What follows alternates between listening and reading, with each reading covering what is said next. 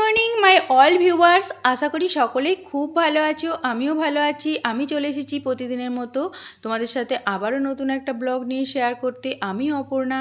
আজকে দেখো একদম সকাল ফার্স্ট টাইম থেকে কিন্তু ব্লগটা শুরু করছি না, একটু পরে, মানে বেলা এখন বাজে 8:30। আর বর্মশাই কাজে যাওয়ার পর থেকেই কিন্তু আমার মানে কাজের যে একটা টাইম থাকে, মানে সব কিছু ধীর স্থিরভাবে করবার বা ক্যামেরার সামনে আসবার সময়টা বেশি হয় কিন্তু বর্মশাই কাজে যাওয়ার পরে। কারণ সকালবেলায় উঠে এত তাড়াহুড়োর মধ্যে থাকি, তখন মনে হয় না যে আর ক্যামেরা সামনে আসি। তখন মানে একটু তাড়াহুড়োর মধ্যে কাজ করতে হয়, আর টাইমের মধ্যে বর্মশাইকে রেডিও করে দিতে হয়।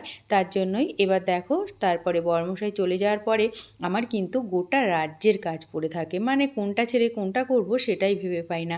এদিকে প্রথমেই চলে এসেছি কিন্তু দেখো, জামা কাপড়গুলো বাসি ছিল সব, সেগুলো কিন্তু ধুয়ে দিতে। আর বাসি জামা কাপড়গুলো ধুয়ে দেবার পরে তারপরে আরও যে কাজকর্ম আছে সেগুলো সারবো।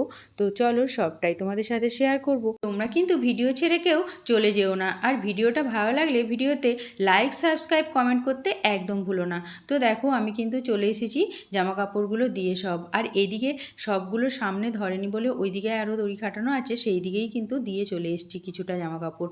আরও বাকি এই সাইডেও আছে দড়ি। তো সব সময় মানে ছাদে উঠি না আর কি, ছাদে না সব সময় উঠতেও পারি না আমি, পায়ে প্রচণ্ড ব্যথা করে। আর এদিকে দেখো ছেলের ঘরে কিন্তু সেই ভাইরাল বেড কাভারটা পেতেছিলাম, কালকে পেতেছিলাম বেড কাভারটা। তো এই যে বিছানাটা ছেলের ঘরে চলে এসেছি গুছোতে। আর এত গরমের মধ্যেও কিন্তু ছেলে পাখা মানে দুটো করে চালাবে, এদিকে কাঁথা ওর নাকি পায়ের ওপর দিয়েও শুতে হবে, গায়ে না দিলেও পুরো বলে আমার নালে ঘুমিয়ে আসে না।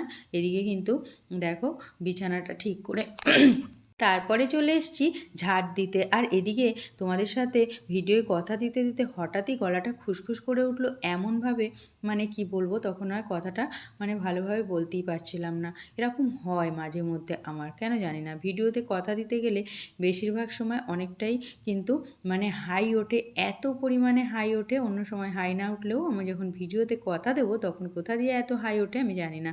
তো এদিকে ছেলের ঘরটাও ভালো করে মুছে নিয়েছি আর চলে এসেছি আমাদের ঘরে মুছতে। আর এদিকে আলনাটা দেখে কেউ কিন্তু বলো না যে আলনাটা গুছোই না, রোজেরই গুছোই আলনা, তবুও মানে গুছিয়ে রাখতে পারবো না বর্মশাই আর ছেলের জন্য।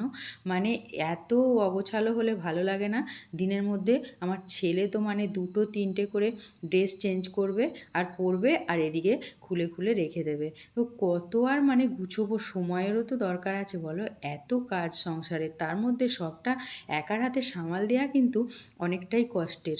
যারা একার সংসারে আর বড় মানে ঘর বাড়িতে থাকো তারা কিন্তু জানো সেসব বাড়ি মেনটেন করা কতটা কষ্টের চারিদিকটা। তো এদিকে আমার কিন্তু কোনো হেল্পিং হ্যান্ডও নেই, আমি কিন্তু একার হাতেই সবটা সামলাই। তো এইদিকে দেখো জামা কাপড় মানে এই যে চেয়ারের ওপরে যেগুলো আছে এগুলো কিন্তু আজকে কেচে দেবো, তার জন্যই বার করে রেখে দিয়েছি চেয়ারের ওপরে, এগুলো সব নিয়ে যাব কাচার জন্য। তো আমি আগে এখানে ভালো করে গোটা ঘর বাড়িটা মুছে নেব। তো ঘর বাড়িটা মুছে নেবার পরেই তারপরে জামা কাপড়গুলো কাচতে যাব। তো এখানে দেখো আমার কিন্তু দুটো ঘর ভালোভাবে মোছা হয়ে গেছে। এবার বারান্দাটাও কিন্তু আমার অর্ধেক মুছে চলে এসেছি একদম গেটের সামনে, এই দেখো। এবার গেটের সামনের দিকটা মুছে নিলেই কিন্তু পুরো বারান্দা ঘর কমপ্লিট হয়ে যাবে মোছা। ঘর বারান্দাটা মুছে নেবার পরে চলে যাব বাইরে জামা কাপড়গুলো যেগুলো আছে, তার মধ্যে আরও চেয়ারে যেগুলো আছে সেগুলোকেও নিয়ে চলে যাব আর কি, সবগুলো একসাথে কাচার জন্য। আর কাচাকুচির তো শেষ নেই, প্রতিদিনই কাচতে হয়, মানে কিছু না কিছু, হয়তো এক একদিন কম মানে বেশ জামা কাপড় থাকে কাচার, আবার এক একদিন হয়তো বেশি, এইটাই আর কি।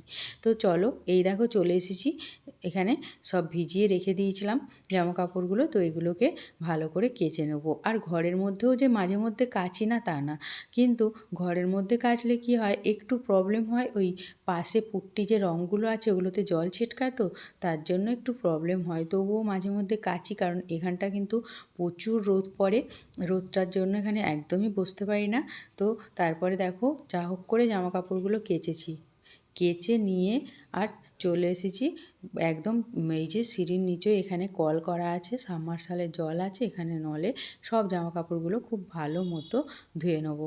তো জামা কাপড়গুলো এখানে দেখো সবগুলো কিন্তু খুব ভালো করে ধুয়ে নেবার পরে, আর সাদা জামা কাপড় যেগুলো আছে সেগুলো তো মানে উজালা দিতেই হবে।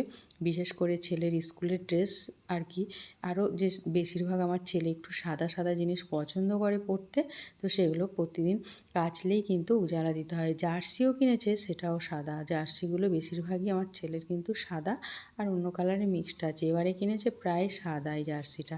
তো এখানে উজালাটা আবার কী হয় জানো তো, মানে একটু যদি মানে ভালোভাবে না মেশানো হয় তখন দেখেছি ছোপ ছোপ হয়ে যায় সাদা জামায়, জানো তো। এক এক জায়গায় এমনভাবে ছোপ ছোপ হয়ে যাবে সেই সাদা জিনিসটা, একদমই কিন্তু বাজে লাগে দেখতে। তো এই দেখো এই জার্সিটা এবারে আবারও কিনলো অনলাইনে। ওর মানে এত জার্সি কেনার শখ হয়, দুদিন ছাড়াই নতুন নতুন জার্সি কিনবে। এমনিতে জামা কাপড় তো আছেই, তো তারপরেও মানে জামা কাপড় কেনে, তার মধ্যে আবার জার্সিগুলো এত জার্সি আছে, মানে একটু দাম দিয়েই কেনে। ওর জার্সিগুলো বেশিরভাগই 400-450 টাকা করে দাম নেয়, অনলাইনেই বেশি কেনে। দোকানে কিনলে কিন্তু একটু কম দামে হয়ে যায়। তো জামা কাপড়গুলো দেখো সব উজালাও দিয়ে নিয়েছি। আর এদিকে পিকু সোনা শুয়ে আছে এমনভাবে, দেখো জানলায় শুয়ে শুয়ে দেখছে বাইরের রাস্তার দিকে। আর তারপরে চলে গেছিলাম ছাদে, দেখো এগুলো জামা কাপড়গুলো মেলতে। তারপরে তোমাদের আমি দেখিয়ে দিই কী কী রান্না করে দিয়েছিলাম সকালবেলা। বরমশাইকে এদিকে ভাত করে দিয়েছি, আর এদিকে দেখো এই যে এটা হচ্ছে পটল চিংড়ি। আর পটল চিংড়িটা হলে আমার ছেলের তো খাওয়ার মানে কি বলবো, ও দারুণ খায় পটল চিংড়িটা, জানো তো। আমাকে কিন্তু নিজের প্রশংসা নিজে করছি বলে না, আমার ছেলে বলে অনুষ্ঠান বাড়ির থেকেও নাকি আমার পটল চিংড়িটা বাড়ির রান্না বেশি ভালো লাগে। তো এদিকে দেখো তারপরে মুগ ডালও করে নিয়েছিলাম, কারণ আমাদের বাড়িতে মসুর ডালের চেয়ে মুগ ডালটা বেশি হয়। আমার ছেলে আর বরমশাই দুজনই মুগ ডাল খেতে পছন্দ করে। এদিকে তারপরে কিন্তু জামা কাপড়গুলো সব মেলে দিয়ে আসার পরে আমি স্নান সেরে পুজোটা করে নিলাম। পুজোটা করে নেবার পরে তারপরেই কিন্তু এই যে দেখো এখানে ভালো করে পুজোটা আজকে করে নিয়েছি ফল দিয়ে। একটু ফল দিয়ে পুজোটা করা মানে সব সময় হয়তো হয়ে ওঠে না, কিন্তু বৃহস্পতিবার করে আমি একটু ফল বা মিষ্টি দিয়ে পুজো দেওয়ার কিন্তু চেষ্টা করি। এদিকে দেখো আমাদের গাছে আমগুলো দেখলে, এই আমগুলো কিন্তু আমাদের শেষে পাকে, মানে সব আম যখন শেষ হয়ে যায় তখন এই আম্রপালি আমগুলো আমাদের কিন্তু পাকে। আর আমগুলো সত্যি যাদের যাদের দিই আমি প্রতি বছরই, মানে সব্বাইদের দিই। আমাদের বাড়ি শুদ্ধ লোককে আমার ননদের বাড়ি পাঠাই, সব্বাইকে দিই। তো সবাই খেয়ে বলে, কিন্তু আশেপাশের কয়েকজনকেও দিয়েছি, এত মিষ্টি আমগুলো বলে সবাই। তো এদিকে দেখো জামা কাপড়গুলো আমি মেলে দিয়ে গেছিলাম, প্রায় যা রোদের তাপ আছে মনে হচ্ছে অনেকটাই শুকনো হয়ে গেছে। আর এদিকে আমি চলে এসেছি মুগ ডালগুলো ছাদে নিয়ে দিতে, কারণ এবারে অনেকটা মুগ ডাল একসঙ্গে এনেছিল। আর মুগ ডালটা না হালকা, বর্ষাকাল মানেই জানো একটু হালকা হালকা কিন্তু পোকা থাকে। আর কদিন ধরে যা বৃষ্টি বৃষ্টি আর বৃষ্টি যেন থামছেই না, তার জন্য একটু রোদ উঠলেই মনে হয় যে সব কিছু রোদে দিই একটু। তো এদিকে তারপরে পরনের জামা কাপড় যেগুলো মানে পরে স্নান করলাম সেগুলোকে নিয়েও চলে এসেছি ডালের সঙ্গে রোদে দেবো বলে। ছাদে জামা কাপড়গুলোকে দিয়ে গেলে এখানে তাড়াতাড়ি শুকনো হয়ে যায়। নিচে দিয়ে রাখি, নিচে দিয়ে রাখলে কিন্তু মানে সারা দিনেও শুকনো হয় না, জানো তো এখন ওয়েদার কীরকম। কিন্তু রোদে দিলেই একবার কিন্তু খুব সহজেই, ছাদে উঠতে একটু কষ্ট হয়, দিলে খুব সহজেই কিন্তু শুকনো হয়ে যায়। তো জামা কাপড়গুলো দিয়ে এবার চলো ঘরের দিকে রওনা দিচ্ছি।